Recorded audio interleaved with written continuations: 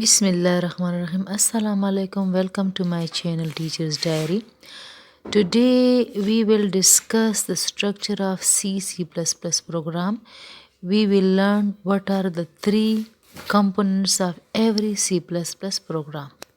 Every C or C++ program consists of three components: preprocessor directive, main function and body of the main function. हर एक program तीन components पर मुश्तमिल होता है: preprocessor directive, main function and body of the main function. Now what is preprocessor directive?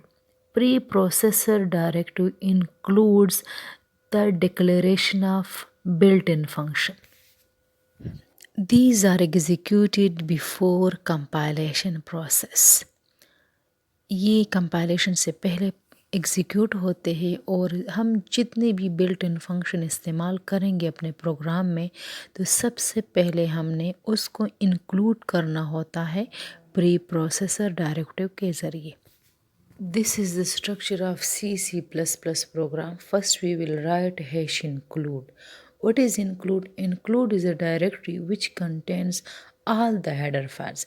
Like istream.h is header files which is included in the include directory. Then we will write the void main. Void mean which returns nothing. And this is the body of the main function.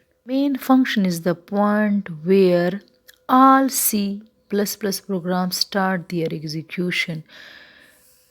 It is the first function which is called by the operating system for execution. There may be many statements or single statement within the body of main function. Void is a keyword which means nothing. So if we want to return nothing from the main function, then there must be void.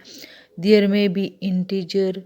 Structure shows that there are only three components: preprocessor directive, main function and body of main function. All statements within the body of main function must terminate with a semicolon.